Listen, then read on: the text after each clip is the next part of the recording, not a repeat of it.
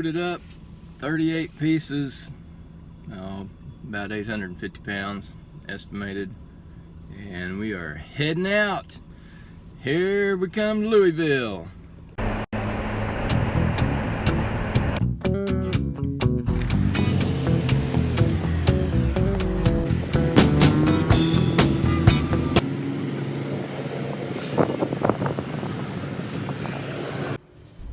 A lot of people have never seen a truck stop shower, and they're nothing too fancy, but maybe nicer than some people imagine, maybe not as nice as others imagine. This is one at a Pilot. There are some that are nicer, there are some that are not as nice, but anyway, this is what one looks like, in case you wondered.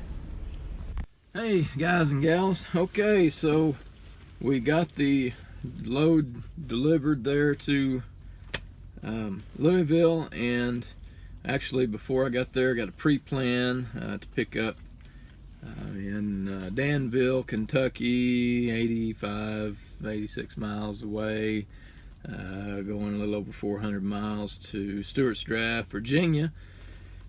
So I could pick up anytime, so as soon as I got delivered I just went directly to Danville and picked up, got that out of the way, and pretty much made it all the way to Stewart's Draft by early this morning.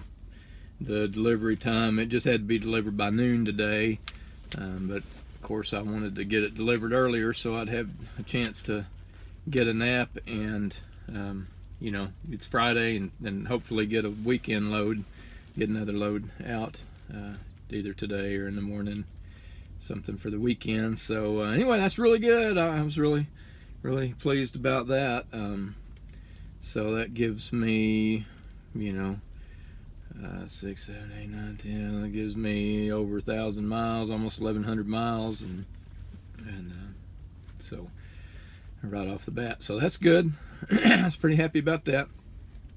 I was going to talk about for anybody just starting out, and you know, I know some of the first questions that people have, or at least, well, yeah, a lot of people, maybe not everybody, but a lot of people have, and I know one of the things that was hard for me to kind of figure out when I first started doing this was the time, you know, how to manage your time. And probably, you know, there's several ways of doing it, and you know, I don't want to say none of them are wrong. If any of them make you late, that's wrong.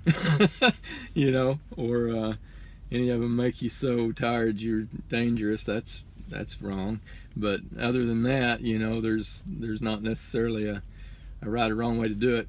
I'm going to give you an example on this load of one of the ways that I have found that I like to do it, that works for me.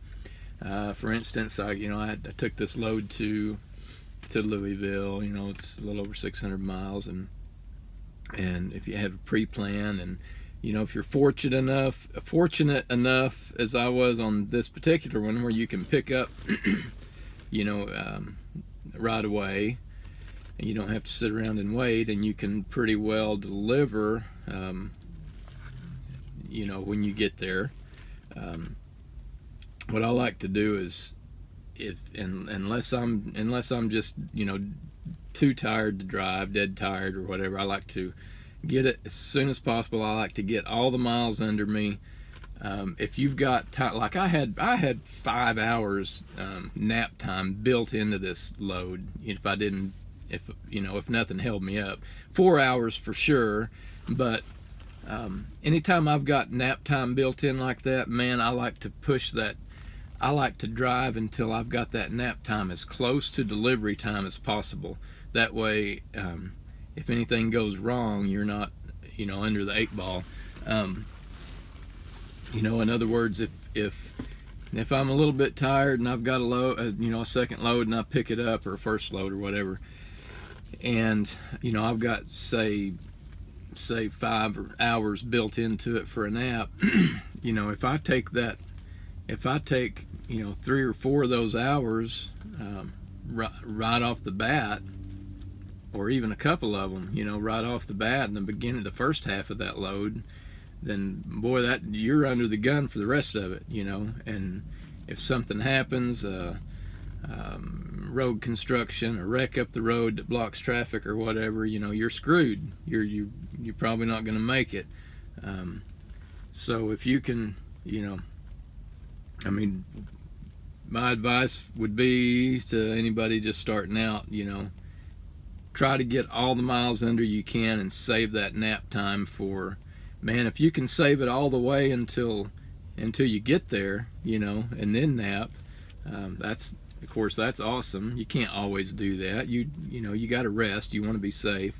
But the closer to the delivery, before you start burning up those built-in nap hours, the better. I mean, I've made the mistake, we all have, of, you know, being tired and having a run and, you know, having a few hours built into it and pulling over, you know, maybe in the first 2 or 3, 4 hours of the run and thinking, oh, I'm just gonna use up, you know, an hour or two, and you wind up oversleeping and burning up, you know, 3 or 4 hours of your nap time, or, you know, or you do just burn up an hour or two, and, you know, and then there's a wreck down the road, and so now you're delayed 2 more hours. So now you're thinking, man, you know, you're come skidding in on 2 wheels trying to make the delivery on time. So and here's another thing. Here's kind of one of the tricks, one of the mental tricks that I use on myself, when I'm starting to think, oh, I'm gonna pull off up here and get something to eat, or just, you know, whatever. When you start talking yourself into, well, you know, I've got time, I'm gonna stop and take a break up here. And again, I'm saying this, if you're not so tired that you're dangerous, don't be driving if you're so tired that you're dangerous. I'm not advocating for that. But, you know, we all have our walls that we need to push through, right? These mental walls.